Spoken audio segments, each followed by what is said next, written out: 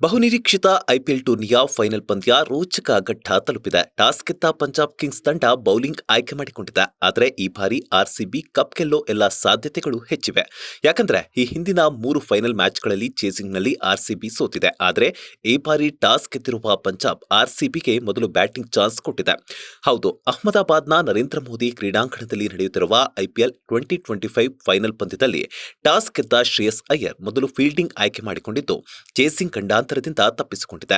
ಕಳೆದ 18 ವರ್ಷಗಳಲ್ಲಿ ಆರ್ಸಿಬಿ ತಂಡ ಹಾಲಿ ಪಂದ್ಯ ಸೇರಿದಂತೆ ಒಟ್ಟು 4 ಬಾರಿ ಫೈನಲ್ಗೇರಿದ್ದು 2009, 2011, 2016ರಲ್ಲಿ ಸೋಲು ಕಂಡಿತ್ತು.